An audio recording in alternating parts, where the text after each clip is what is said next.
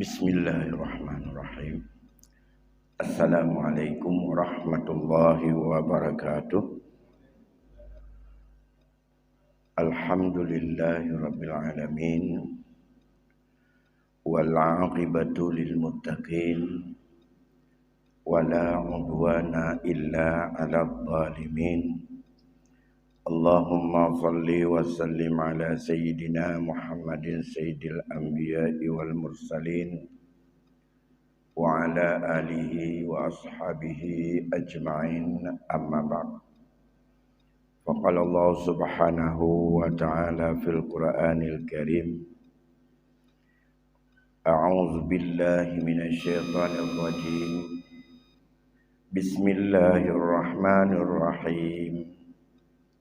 وَلَنَبْلُوَنَّكُمْ بِشَيْءٍ مِّنَ الْخَوْفِ وَالْجُوعِ وَنَقْصٍ مِّنَ الْأَمْوَالِ وَالْأَنفُسِ وَالثَّمَرَاتِ وَبَشِّرِ الصَّابِرِينَ الَّذِينَ إِذَا أَصَابَتْهُم مُّصِيبَةٌ قَالُوا إِنَّا لِلَّهِ وَإِنَّا إِلَيْهِ رَاجِعُونَ أولئك عليهم صلوات من ربهم ورحمة وأولئك هم المهتدون. Sadaqallahul Azim. Segenap puji beserta syukur kita persembahkan kehadirat Allah Subhanahu wa taala.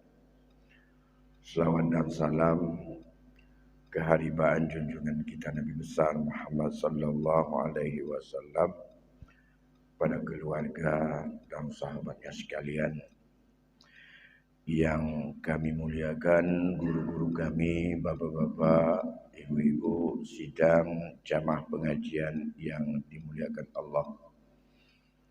Pada malam ini kita tinggalkan topik masalah ilmu faraid sedikit dan kita melihat dalam aspek yang lain yang merupakan hal yang penting dalam situasi dan keadaan yang sedang kita jalani, yaitu mari kita melihat betapa bahwa kehidupan ini Allah senantiasa mencoba menguji keimanan kita.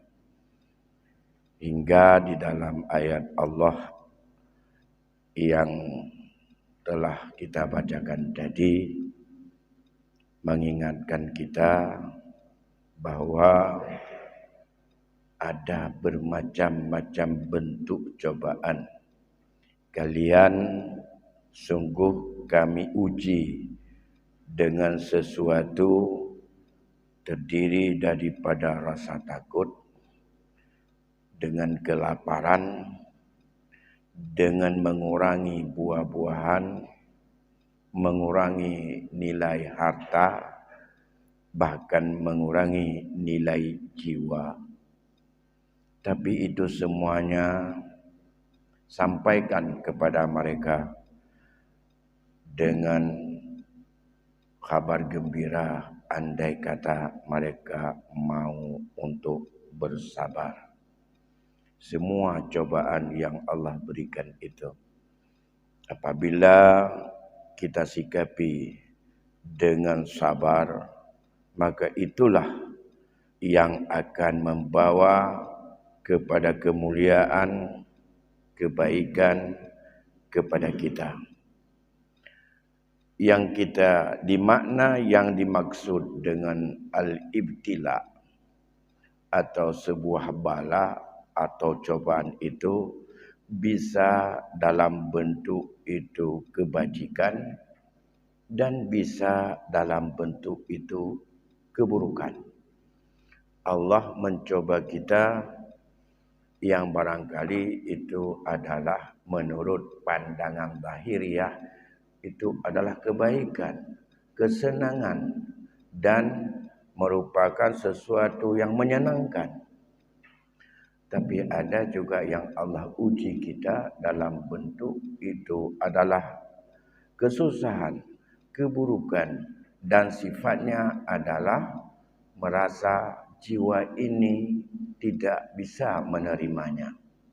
Namun cobaan itu sunnatullah yang berlaku terhadap siapa saja yang mau untuk menyampaikan misi dakwah, misi untuk mengajak orang lain kepada kebajikan, mulai daripada adanya sejarah kehidupan manusia itu sendiri. Kadang-kadang ada cobaan itu sangat berat untuk jiwa. Namun dibalik daripada kesusahan dan kesempitan jiwa itu, Allah angkat martabatnya, Allah angkat derajatnya, baik kita maupun lebih-lebih para anbiya, dan juga Allah bisa untuk sebagai bentuk menghapuskan daripada kesalahan bagi orang-orang yang saleh, orang-orang yang baik, orang-orang yang taat. Maka semakin tinggi nilai keimanan, maka akan semakin tinggi juga nilai daripada ujian yang Allah berikan. Sebagai seorang mukmin, bagi kita yang kita harapkan, semua cobaan Allah yang diberikan kepada kita, ujian yang Allah berikan itu kepada kita, itu bisa untuk memunculkan rahmat kehidupan kita dan bisa untuk menumbuhkan afiah dan kesehatan. Ulun Syekh ulun Tuan Bandung, hari ini kita lihat baik secara pribadi maupun secara kemenyeluruhan atau secara keumatan, dari beberapa ungkapan Rasulullah berkaitan dengan bentuk dari cobaan. Di mana dalam sebuah hadis yang diriwayatkan oleh Imam Bukhari dan Muslim bersumber daripada Sayyidatina Aisyah radhiyallahu an, ia berkata, Rasulullah sallallahu alaihi wasallam pernah bersabda, "Ma min musibatin tusibul muslim illa kafarallahu anhu biha hatta syaukata yushakuha." Tiada daripada satu cobaan atau musibah yang menimpa orang Islam kecuali Allah memberikan ampunan dengan musibah itu, sampai kepada bentuk Allah berikan cobaan karena terkena daripada duri yang menusuk kepada kita, itu adalah menjadi kafarah. Nah, dalam konteks ini, salah satu hari ini yang paling banyak dialami oleh umat Islam, terutama saudara-saudara kita yang ada di Palestin, adalah banyak jiwa yang Allah jemput dengan terjadinya pembantaian daripada Zionis Israel. Sudah hampir mencapai 10.000 jiwa. Banyak sekali. Tanpa mengenal apakah dia itu laki atau perempuan, apakah dewasa atau anak kecil, orang tua sakit atau sehat, angkatan perang atau bukan. Pokoknya di mana yang ada tempat orang, ke situ sasaran untuk dihancurkan, sehingga selama dalam kurun waktu selama ini yang paling banyak jatuh korban adalah saudara-saudara kita di sana. Hilang jiwa. Yang kedua, dengan hilang makanan yang diuji oleh Allah. Apakah itu ujian kepada mereka yang sakit, yang sudah meninggal, dan kepada yang mereka yang lapar, yang tidak ada makanan? Apakah itu ujian kepada mereka yang saat ini dalam keadaan sakit tanpa ada obat? Atau yang tidak bisa diambil, yang ia masih punya nyawa tapi belum datang bantuan untuk bisa diangkat dalam puing-puing yang masih bisa dilihat, mungkin ujung jarinya hanya untuk bergetar dan untuk diangkat-angkat, tapi belum bisa diangkat karena harus dipindahkan puing-puing bangunan yang tertimbun ke atasnya. Atau kepada kita semuanya. Maka dalam konteks ini, kehilangan nyawa orang-orang yang beriman kepada Allah dalam semua jajaran, bahkan melintas daripada akidah. Siapa saja manusia yang ada di wilayah Gaza itu habis dibantai semuanya. Ini adalah kesakitan yang dialami. Ujiannya yang paling berat adalah bukan untuk mereka, tapi untuk kita. Cobaan yang Allah berikan itu adalah untuk menguji iman seluruh manusia yang beriman yang ada di muka bumi ini. Kalau Allah ingin menyelesaikan dengan itu kecil. Kalau kita lihat betapa hebatnya Raja Abraha, tapi Allah bisa untuk menyelesaikan raja sombong Abraha itu, yang belum seberapa kesombongannya berbanding dengan kesombongannya si Netanyahu itu, hanya dengan burung pipit, dengan melemparkan batu, selesai. Tapi bagaimana juga kesombongan daripada makhluk-makhluk Allah, manusia sombong. Firaun hebat. Allah bisa selesaikan rombongannya hanya dengan air. Tak perlu untuk adanya senjata nuklir. Ya. Dan begitu juga, bagaimana Allah selesaikan Namrud yang angkuh sombong? Hanya dengan nyamuk. Dia bisa diselesaikan. Nah, nyamuk ditebarkan. Siapa yang kena gigit nyamuk itu lebih bisa daripada kena nuklir. Begitu juga sampai dengan yang terakhir, ia juga dengan nyamuk walaupun dia bersembunyi dalam kelembunya.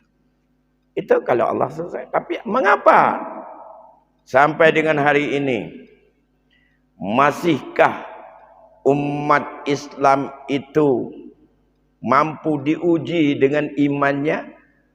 Kita pertanyakan hari ini, karena Rasul sudah mengingatkan.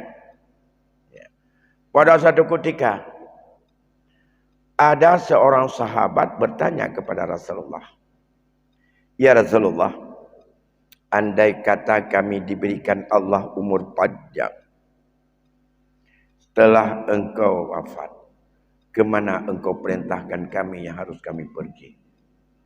Wasiat Rasul itu, pergilah kamu ke negeri Al-Muqaddas. Ke sana diperintahkan. Semoga generasi-generasi kalian nanti akan menjadi orang-orang mukmin yang membela daripada tanah suci Al-Muqaddas itu. Yang kedua, Rasul mengingatkan, la yu'minu ahadukum hatta yuhibba li akhihi ma yuhibbu li nafsi. Saudara kita sampai kapanpun tetap di saat mungkar nakir najak nanti, ma ikhwanuka, man ikhwanuka, al muslimina wal muslimat ikhwani. Orang Islam laki, orang Islam perempuan itu adalah saudaraku di mana saja. Maka Rasul mengingatkan, belum sempurna, belum dijamin iman seorang hamba hatta yuhibba li akhih, sampai ia mencintai saudaranya ma yuhibbu li nafsih, apa yang bagaimana ia cinta kepada dirinya. Ujian hari ini yang Allah berikan secara mendunia, secara publik, tidak hanya kepada kita di Masjid Jami, Tidak hanya kepada kita daripada masyarakat Aceh. Tidak hanya masyarakat Indonesia, masyarakat dunia. Allah uji dengan apa yang diingatkan oleh Rasul. Sejauh mana iman kita terhadap rasa kasih sayang dan persaudaraan. Bila dalam hati kita tidak bergetar sedikit pun dengan kejadian yang ada hari ini, dengan buasnya dan begitu kejamnya Zionis dengan kawan-kawannya masih sampai dengan 14 negara, tapi tidak juga tergetar hati seluruh umat Islam untuk simpati dan sayang kepada mereka menurut apa yang dia sayang kepada dirinya. Sama dengan ini perlu dipertanyakan iman kita. Kalau kita melihat kejadian hari ini, tentu saja bagi kita yang biasa nonton daripada film, kita anggap itu kejadian bukan kejadian sebenarnya, tapi film. Kalau sudah tering kita, lebih-lebih anak-anak kita yang kecil-kecil hari ini, mereka tak tersentuh karena sudah biasa nonton daripada ya film karton. Dan itu seolah-olah film karton. Tidak pernah terbayang. Karena mengapa? Yang nangis itu dibuat-buat nangis. Tapi ingat, film karton itu adalah bukan kejadian sebenarnya. Ini bukan film. Kejadian yang sebenarnya, dan itu dialami oleh saudara kita. Kalau demikian, sebagai bentuk rasa cinta kita, apa yang kita berikan hari ini? Apa yang pernah kita untuk bentuk yang harus kita berikan? Apa yang bentuk daripada bisa sebagai rasa sayang kita? Andai kata itu kita anggap besar dan tak mungkin kita hadir ke sana, minimal doa selalu kita. Tidak bisa dalam bahasa Indonesia, tak bisa dalam bahasa Arab, silakan dalam bahasa daerah.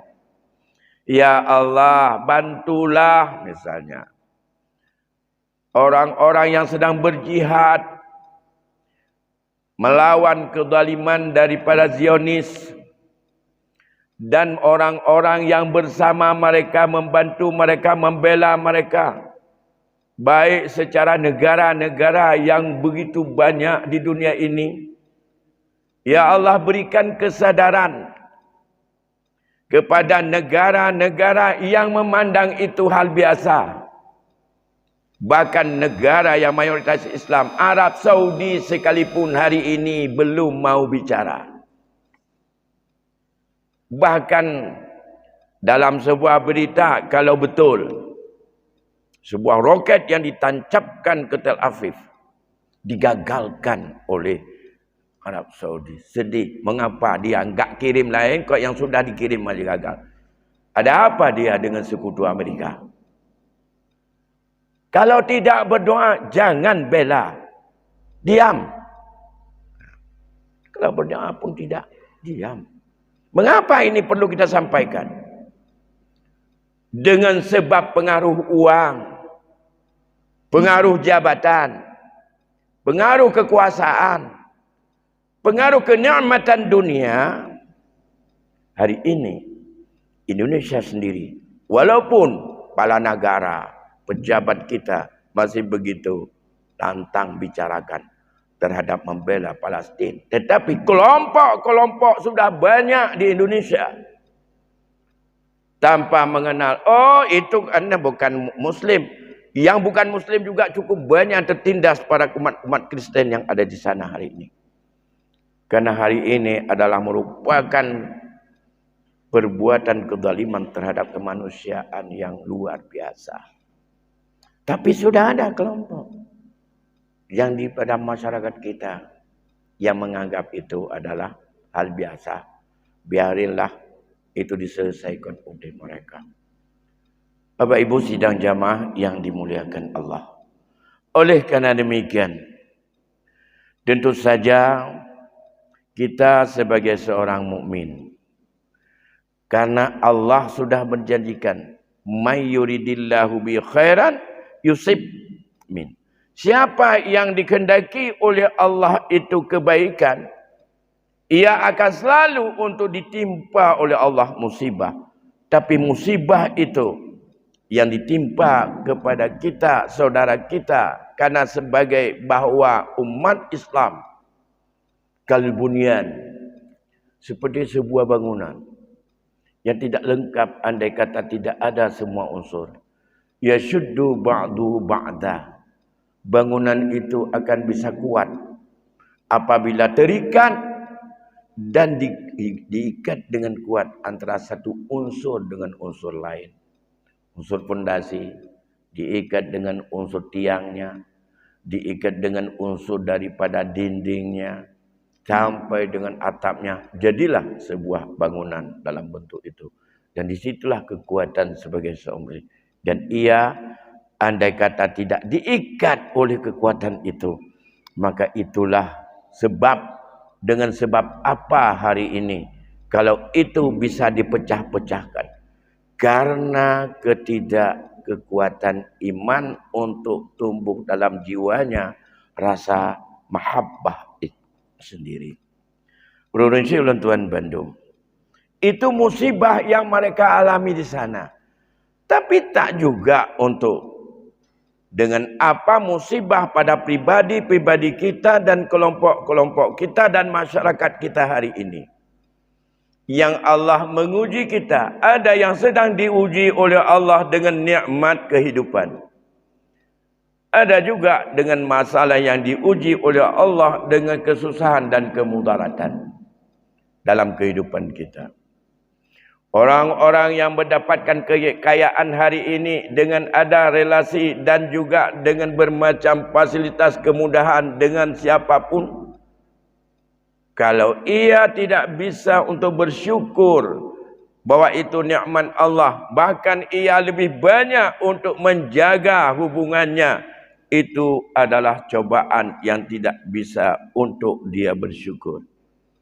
Karena Muslim pernah meriwayatkan sebuah hadis yang bersumber daripada Suhaib Ar-Rumi radhiyallahu an. Rasulullah sallallahu alaihi wasallam bersabda, "Ajaban li amril mu'min. Inna amrahu kullahu khair." Suatu yang sangat ajaib, sesuatu yang sangat menakjubkan bagi segala orang-orang mukmin. Segala urusannya, segala pekerjaannya, segala kondisinya, kulluhu khair. Semua itu kebaikan bagi mereka. Apa saja yang sedang kita alami, ini kebaikan bagi kita. Apakah kita sedang naik daun atau sedang turun daun, kebaikan. Apakah kita sedang dipecat atau tidak dipedulikan, atau sedang dipuji dan sedang untuk dipercaya, kebaikan. Apakah kita di bangku panjang atau di bangku pendek, kebaikan kepada kita. Apakah kita dengan sebelumnya makan satu muk beras itu berdua, sekarang satu muk makan bersepuluh, kebaikan. Apakah orang yang kaya, yang miskin hari ini, kebaikan. Yang sanggup beli mobil, kebaikan. Yang tidak sanggup, bahkan sepeda pun harus dijual demi untuk kepentingan makan, itu juga kebajikan katanya. Mengapa? Walaisa zalika li ahadin illal al-mu'min. Tidak pernah dialami, tidak pernah didapatkan oleh siapapun daripada makhluk Allah dan hamba Allah ini, kecuali ini didapati oleh orang mukmin. Orang lain tidak. Hanya orang mukmin yang mendapatkan. Bagaimanapun situasi kita. In asabathu sarra syakara fakana khairallah. Bila kita diberikan oleh Allah sarra, dalam keadaan lempang, mulus, dan merasa mudah, itu adalah ia syukur, fakana khairallah. Itu kebaikan baginya. Isasabathu dharra, seandainya kepadanya diberikan cobaan dalam bentuk kemudaratan, kesempitan, penderitaan, sabara, lantas ia sabar, fakana khairallah. Itu juga kebaikan baginya. Makanya tidak ada yang keburukan. Mendapatkan kedudukan, kebaikan. Dipecat dari kedudukan, kebaikan. Tapi kalau mendapat kedudukan, syukur. Mendapat kepercayaan, kalau kita anggap kepercayaan itu sebagai sebuah nikmat, syukur. Bagaimana syukur? Jaga amanah. Jaga daripada apa yang Allah anjurkan. Jauhkan daripada sifat KKN. Jauhkan daripada sifat kolusi. Mendapat kepercayaan untuk mengelola harta anak yatim, jaga betul-betul. Rujuk kepada bagaimana kita menjaga harta anak yatim.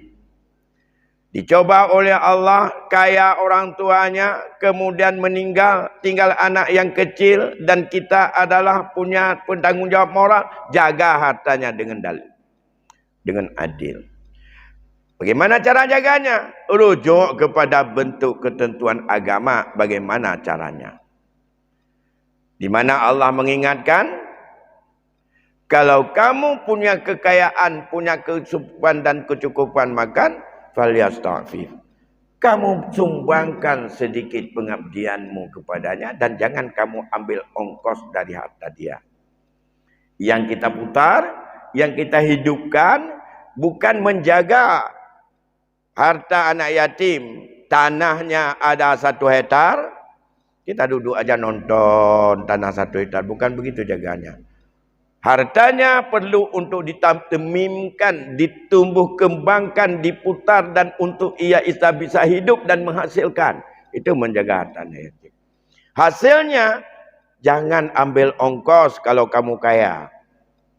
Tapi, semuanya serahkan masuk, itu adalah penghasilan dia. Sehingga orang tuanya meninggalkan tanah kebun, misalnya 1 hektar untuk milik anak itu. Karena kebutuhan dia masih kecil, tambah lagi partisipasi umat begitu besar, memberikan bantuan dan sumbangan untuk anak yatim, negara juga punya untuk bagaimana cara untuk membantu dia, otomatis harta itu, hasilnya, modalnya akan terus bertambah. Sehingga anak yatim ini, ia sudah dewasa, ia sudah balik. In anastum, sampai kamu lihat, andai kata dia sudah ada kecerdasan dan untuk bisa mengelola hartanya, fadfa'u ilaihi, serahkan harta itu untuk dia. Bukan yang diserahkan tanah yang sudah ada, dengan penghasilannya yang tersisa. Fashhidu, kemudian hadirkan saksi bahwa kamu telah menjadi orang jujur dalam mengelola harta anak yatim. Dan ini kadang-kadang hampir tenggelam dalam dinamika kehidupan kita. Karena mengapa? Cara menyayanginya salah kita tempatkan. Dan cara memahami bahwa kita sayang kepada anak kita yang yatim, bagaimana kita untuk mengelola dan menanggung anak yatim, itu sudah salah kita persepsi. Tapi kalau dia tak punya harta apa-apa, kita ambil dan bawa ke rumah kita, makan dengan harta kita, itu yang menanggung. Dia tanpa kita sedikit pun mengambil hartanya. Sabar itu. Kalau itu dianggap beban, dengan ditinggalkan oleh orang tuanya anak yang kecil, untuk mendidiknya dan segala macam, dan kita punya kemampuan, laksanakan itu dengan baik. Kalau kita anggap itu adalah sebagai beban, cobaan, dan itu adalah dharra, menyibukkan kita, kemudaratan kita, sabar. Bagaimana sabarnya? Ya itulah dengan penuh kendali jiwa, Da taqulu illa ma radiyallah. Jangan ungkit-ungkit terhadap dia kecuali daripada apa yang Allah ridhakan. Sabar. Itu khairul lahum. Tapi sebaliknya, kita anggap ini meninggalnya orang tuanya dengan menganggap kasih sayang hartanya tanpa kita bentuk dan tanpa kita penampakkannya. Bahkan bercampur aduk dengan harta kita. Harta abang kita menjadi dalam sebuah syirkah yang besar. Dan tanpa ada penjelasan. Berapa hak dia, berapa milik dia, baik innya maupun hasilnya. Maka sampai besar dia dengan alasan yang paling gampang. Kamu masih kecil udah meninggal orang tuanya. Hanya ditinggalkan setan tanah. Bayangkan sudah berapa kami untuk menanggungmu. Putih kula ke. Kublau bajai ke. Kujuk upatan tren tiap bulan ku bayar ke kah. Yang mandum-mandum yang kamu tanggung ke kah. Tanpa pernah ada laporan berapa hasil daripada harta milik dia dari orang tuanya yang kita urus. Maka dengan alasan itu, hanale, yang karena memang tayang kukah kukubah hampau BO, encok. Baik katanya oleh paduk atakah watayah ke meninggal. Apakah seperti itu? Kalau seperti itu bertanggungjawab. Kita sebagai orang yang mendapatkan amanah zalim rajanya kita di hadapan Allah. Zalim kepada anak yatim.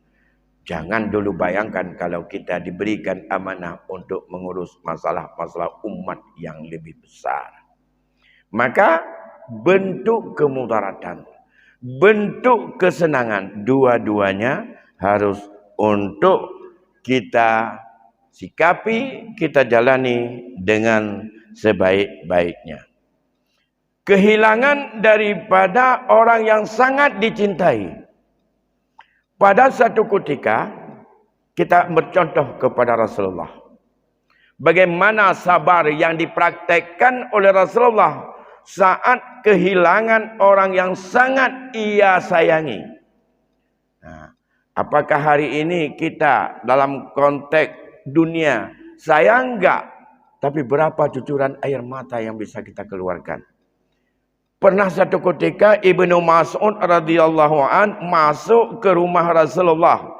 Yang saat itu Rasulullah sedang menghadapi anaknya bernama Ibrahim dalam keadaan yang susah, sakit berat dan mau untuk meninggal dunia.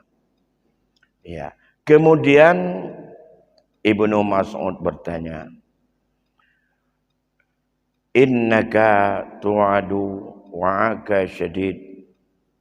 Saya melihat engkau ya Rasulullah sangat-sangat beban untuk kamu tanggung dan kamu dalam keadaan shock. Jawab Rasulullah, iya. Kemudian selanjutnya ditanyakan oleh Ibnu Mas'ud.